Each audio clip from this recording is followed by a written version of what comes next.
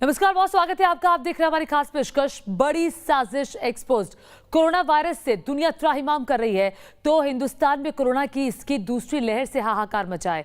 इस बीच मौत के इस वायरस पर चीन घिरता जा रहा है। मेड इन चाइना वायरस को लेकर एकजुट होती दुनिया से ड्रैगन के माथे पर बल पड़ गए हैं। अब हिंदुस्तान ने भी इसकी तह तक जाने की मांग का समर्थन किया है।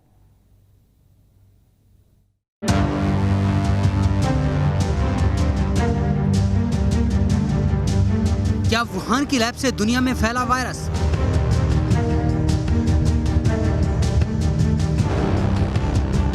मेड इन चाइना वायरस पर घिरा ड्रैगन।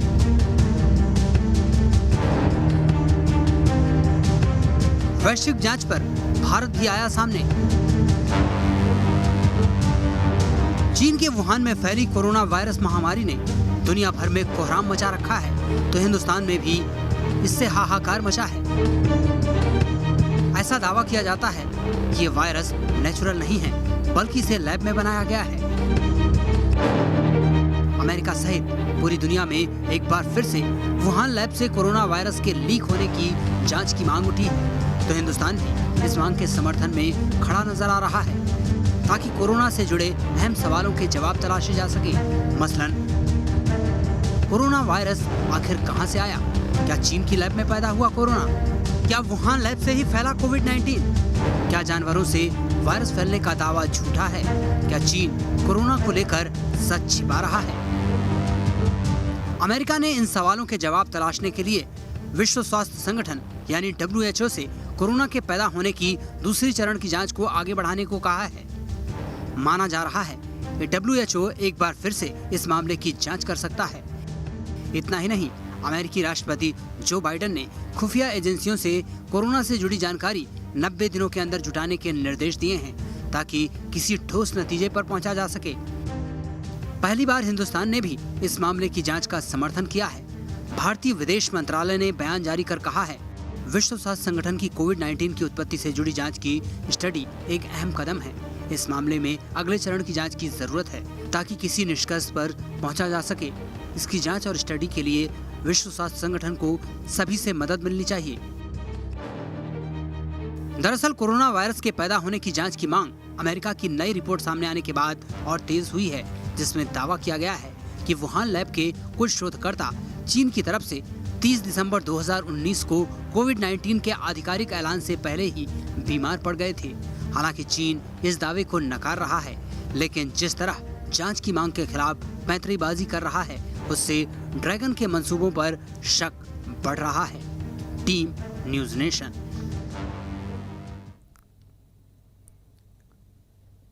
और देखिए, भारत भी चाहता है कि कोरोना वायरस की उत्पत्ति का पता लगाया जा सके और इसी जांच का समर्थन अब भारत ने किया है। इसी पर बातचीत करने के लिए डॉक्टर अंशुमान कुमार हमारे साथ मौजूद हैं, जो कि सीनियर कंसल्टेंट है।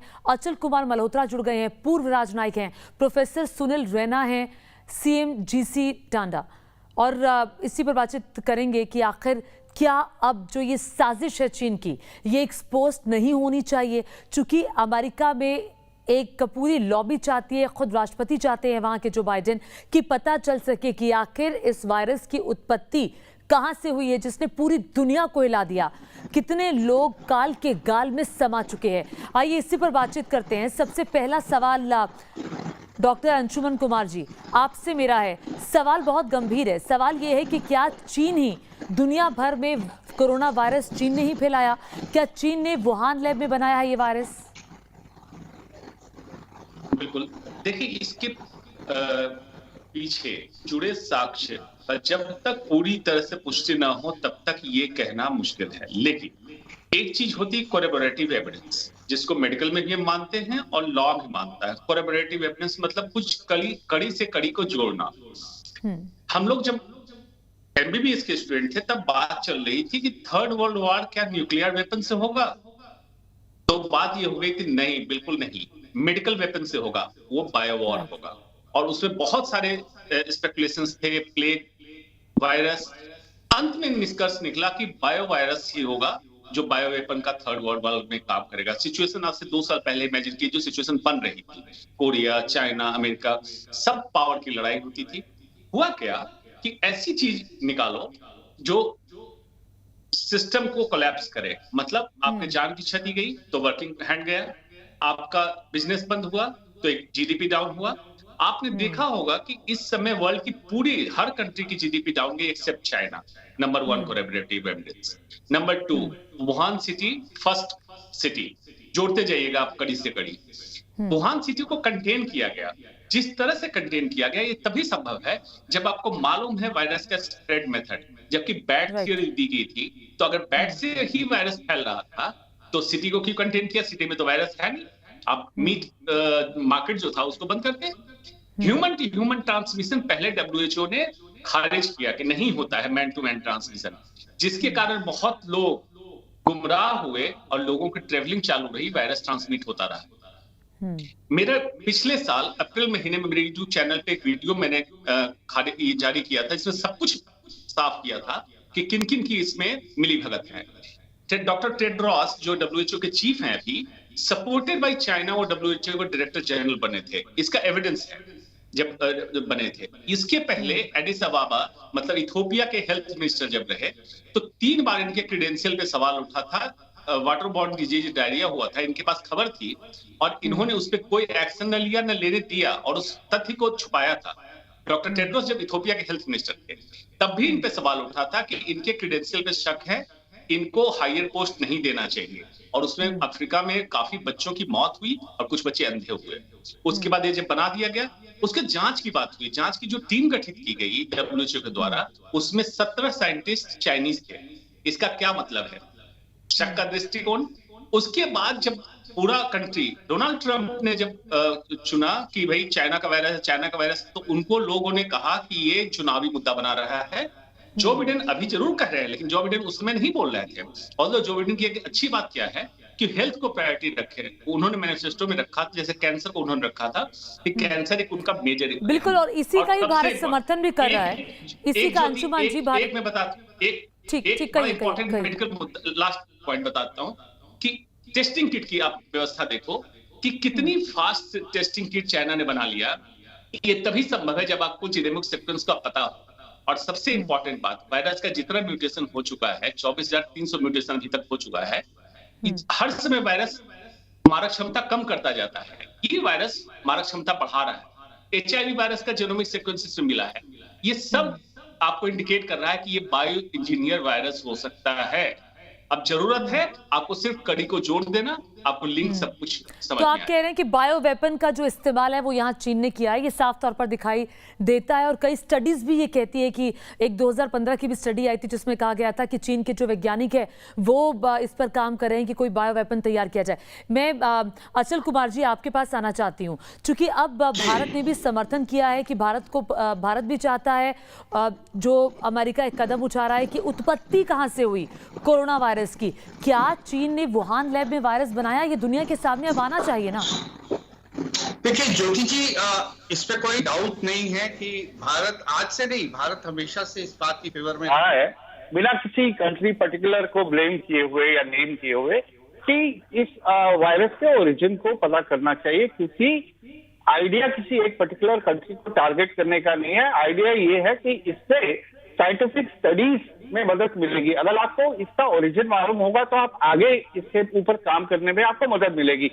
मुझे लगता है डॉक्टर अश्विनी कुमार और दूसरे जो एक्सपर्ट है इस मामले में मेरी इस बात से सहमत होंगे कि वायरस की उत्पत्ति के या ओरिजिन को जानना इस कॉन्टेक्स्ट में कितना जरूरी है। देखिए, जहां तक कोरोना वायरस का सवाल है, एक ब्रॉड इंटरनेशनल कंसेंसस है, वो ये है कि ये कहीं ना कहीं वुहान से शुरू हुआ। नंबर 2, चाइना ने इसे इंटरनेशनल कम्युनिटी को कॉन्फिडेंस लेने में डिले किया। नंबर 3, WHO का रोल भी खासतौर से शुरुआती दौर में काफी सवालों के घेरे में आया। और जैसे डॉक्टर अश्विनी कुमार ने कहा कि बिल्कुल सही है कि चाइना की सपोर्ट से ही जो अभी के डायरेक्टर जनरल हैं उनका वहां पे अपॉइंटमेंट हुआ। तो ये सारी चीजों को देखते हुए, और एक और बात सर, मेरा सवाल आपसे ये है, क्योंकि आप चूंकि पूर्व राजनयिक रहे हैं, चीजें कैसे इंटरनेशनली ट्रेवल करती हैं और कैसे एक मुल्क से दूसरे मुल्क में अब जांच के लिए जाया जाएगा, तो क्या चाइना जिस तरह का देश है, तो ऐसे में ये पता लगाना क्या बहुत मुश्किलें होंगी पता लगाने में? क्योंकि चाइना हर चीज में आनाकानी करता रहा। जब WHO की टीम ने जाना था तब तरह तरह के साम दाम दंड भेद चीन ने अपनाए थे कि वो टीम ना आए, वो छानबीन ना कर पाए। जी जी, बिल्कुल बिल्कुल, लेकिन इससे बिल्कुल कोई दो राय नहीं है, क्योंकि यहाँ हम इस बात को मान के चल रहे हैं कि चाइना का इसमें कोई बहुत बड़ा रोल है। या तो ये कम से कम ये रोल तो है ही है कि इसने इंटरनेशनल कम्युनिटी को समय रहते आगाह नहीं किया, जिससे ये पैंडेमिक बना।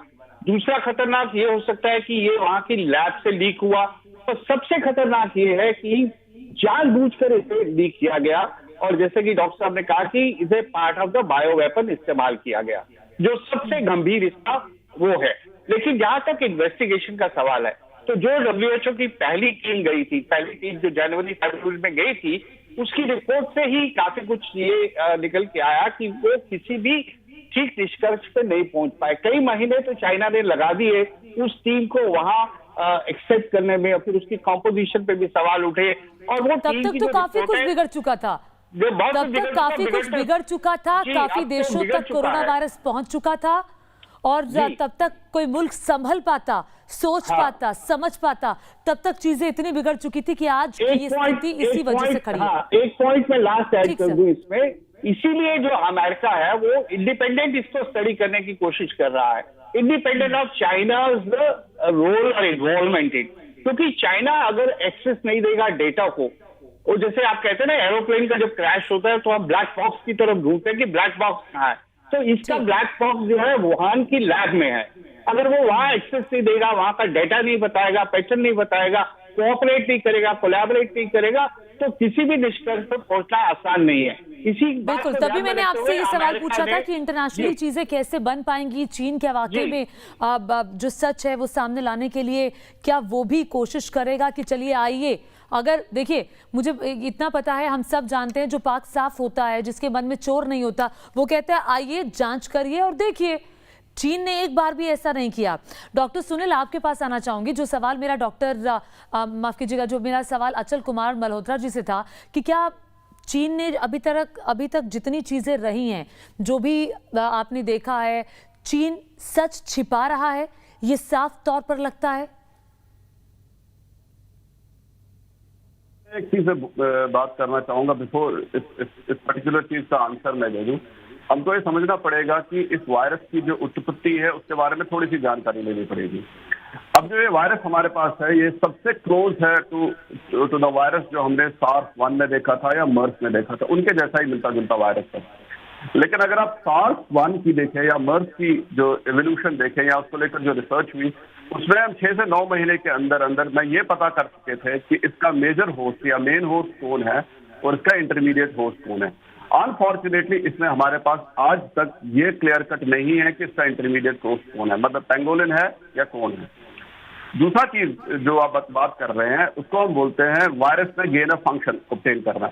अब वुहान की जो लैब है ये नोन है world over gain of function research पे कोरोना वायरसेस को लेकर। जितने भी कोरोना वायरसेस दुनिया में है उनमें जो गेन ऑफ फंक्शन होती है उसको लेकर ये जो वुहान की लैब है ये उसमें एक्सपर्टीज है इसके पास।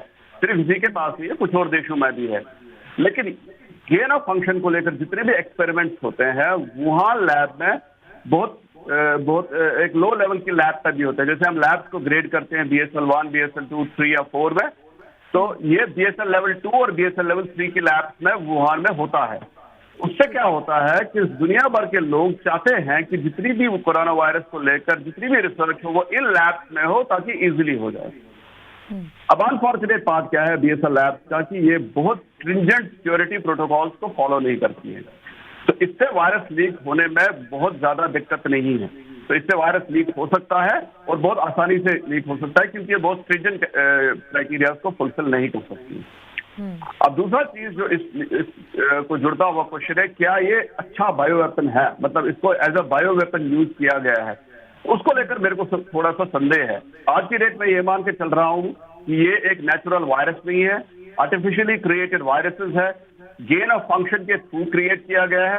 लेकिन बायो वेपन बहुत अच्छा नहीं है, क्योंकि इसको एक जगह कंटेन करने में बहुत मुश्किल है। रेस्पिरेटरी वायरसेस को कंटेन करना बहुत मुश्किल होता है एज कम्पेयर टू बैक्टीरिया बहुत इजीली आप कंटेन कर सकते हैं, उसको मैनिपुलेट कर सकते हैं एज अ बायो वेपन। इसको एज अ मैनिपुलेट करने में as a bio weapon manipulate करना थोड़ा सा मुश्किल है एज कम्पेयर टू अदर्स। तो आज की डेट में हम ये मान के चल सकते हैं। तो फिर ये कैसी साजिश है? जी, ये फ्यूचर में जिसको हम बोलते हैं गेन एडवांटेज करना, बायो वेपन का जो एज अ डेटरेंट यूज करना, या बाद में कहना कि मेरे पास 5 साल बाद या 7 साल उसी की कड़ी हो सकती है, जिसमें देश बोले कि मेरे पास बायो वेपन है, जिसको क्लेम करे। डॉक्टर अंशुमन को जोड़ना चाह रहे हैं। डॉक्टर अंशुमन जी डॉक्टर साहब जो बता रहे हैं बिल्कुल सही बात है कि अच्छा बायो वेपन नहीं है, रेस्पिरेटरी स्प्रेड है, बिल्कुल सही बात है। जैसे प्लेग को आप देखें, उसके रोग को हम आसानी से ये कर सकते थे, लेकिन अनफॉर्चुनेटली हुआ क्या, देखिए 3-4 चीजें आप समझिए। कोई भी वायरल एपिडेमिक जब होता है, आपने देखा हो temperature fluctuation, climate fluctuation, seasonal fluctuation, कि गर्मी आएगी तो वायरस का लोड कम हो जाएगा, उस सारे सिस्टम को इसने खत्म कर दिया। मतलब टेम्परेचर से कोई रोल नहीं है इसका, क्लाइमेट चेंज से कोई रोल नहीं है, इन्फेक्टिविटी बढ़ती जा रही है। तो क्लासिकल बायो वेपन नहीं है, लेकिन एक चीज होती है मेडिकल में, हम कहते हैं पायलट प्रोजेक्ट, कि करके देखते हैं क्या होता है बायो वेपन का हमारा आगे का तरीका। एज ए पायलट प्रोजेक्ट इन्होंने किया। अब ये जरूर है कि चीन ने अपने यहाँ पर कंट्रोल कर लिया, लेकिन चीनी नागरिक दूसरी जगह भी हैं, कुछ उनकी भी मौत हुई है। और आपको याद होगा जब अर्ली स्टेज में एक यंग डॉक्टर ने विसल ब्लोअर का काम किया था चाइना में, वुहान सिटी में, करने वाली थी उनका, जी उसको अब मार दिया गया, मर गया। उसने यही कहा था the leak of corona virus, और लेबोरेटरी इन्वेस्टिगेटेड वायरस नाम दिया था। हो चुका है, आप इसको जल्दी रोकिए, नहीं तो दिक्कत होगी। टास्क फोर्स गठित हुई और ये संघाई से 3000 लोगों का टास्क फोर्स माइग्रेट कराया गया, वुहान सिटी को लॉक किया गया। इतनी पुख्ता तैयारी तभी संभव है जब आप उसके genomic sequence, mode of spread और उसके आगे की तैयारी का आपको लेकिन पता ऐसी स्थिति में भी डॉक्टर अंशुमन, सवाल ये खड़ा होता है, ऐसी स्थिति में भी आपने इंफॉर्मेशन छिपाई, आप दुनिया को नहीं बता रहे थे। आप कौन सी दवाइयां दे रहे हैं, आपको जो आपको किट बनानी है वो कैसी होनी चाहिए, आपने सारी इंफॉर्मेशन छिपाई। आपके वुहान में क्या होता रहा, आपने सबको लॉक कर दिया। जो इंफॉर्मेशन आ रही थी, हालांकि इंफॉर्मेशन आप छिपा रहे थे कि दुनिया के सामने ना जाए, दुनिया भुगत रही थी, अपने एक्सपीरियंस से सीख रही थी, साइंटिस्ट लगातार लगे हुए थे, लैब्स में वो छानबीन कर रहे थे कि कैसे इस वायरस से बचा जाए। लेकिन चीन पर ये बार बार उंगलियां उठेंगी कि जब जरूरत थी तो आप बोले नहीं। सवाल ये खड़ा होता है कि डॉक्टर अंशुमन, चूंकि आप लगातार इस पर स्टडी भी कर रहे हैं, आपको अच्छी जानकारी भी है कि क्या ये जानवरों से फैला, जैसा कि आपने कहा कि एक पायलट प्रोजेक्ट लगता है कि कोई बायो वेपन तैयार करने के लिए गए और वो सक्सेसफुल नहीं हुआ, तो उन्होंने कहा कि चलिए ठीक है, एक पायलट प्रोजेक्ट है, हम वो तैयार करते हैं, और ये फैला, ये करके देखा गया एक उपयोग है, आप ये कह रहे हैं? जी देखिए, इसको मैंने बताया आपको, पिछले साल 2020 अप्रैल मई में मैंने एक वीडियो जारी किया था जिसमें एविडेंसेस के तौर पे मैंने दिखाया था क्या क्या कब बोला गया है। WHO के डॉक्टर टेड्रोस ने कब क्या बोला है। सबसे पहली बात बैट थियरी की गई। आपको कैसे समझाया जाए कि वर्ल्ड को ये वायरस बैट मार्केट से आया है, इससे नहीं आया है, कोई ह्यूमन टू ह्यूमन ट्रांसमिशन नहीं है। तो WHO ने भी सपोर्ट किया कि हाँ, ये ह्यूमन टू ह्यूमन ट्रांसमिशन नहीं है। अगर उसमें एक्सेप्ट करते तो इतनी तेजी से हम स्प्रेड नहीं होने देते। जब चाइना के बगल में ताइवान है, उसने ब्लॉक कर दिया कि वहां से आने जाने के रास्ते को बंद करो, और बहुत जल्दी करने, क्योंकि उसको मालूम था कि ये क्या है। बाकी कंट्री को आपने गुमराह किया। WHO का क्या रोल होता है? वर्ल्ड के लिए एंकर का काम करना। हेल्थ रिलेटेड कोई भी इश्यू हो, उसमें जान कैसे ना जाए, क्या हेल्थ स्ट्रेटजी होनी चाहिए, और WHO प्रेशर डाल सकता था चाइना पे कि तुम इंफॉर्मेशन सारी हमें दो, नहीं डाला। और इनफैक्ट सराहनीय, उस वीडियो में देखिएगा मैंने कहा है कि चाइना को सराहा है कि चाइना गवर्नमेंट ने बहुत अच्छा काम किया है कंटेन करने में, लेकिन इंफॉर्मेशन छुपा के। तो मेडिकल में ट्रांसपेरेंसी बहुत अहम रोल निभाता है। यहाँ जानों की क्षति हो रही, जाने जा रही, लाशें बिछ रही है। तो इसमें हम तो शक के दायरे में पूरी तरह रखेंगे। बायो इंजीनियर वायरस में कहीं कोई कंफ्यूजन नहीं, नेचुरल वायरस नहीं है ये। सीक्वेंसिंग देखिए, टेस्टिंग देखिए, आउटकम देखिए, सबको मिलाइए। ये अब सामने आ चुका है, पता चल चुका है, मोहर एक लगना हम कह सकते हैं कि इस पर बाकी है।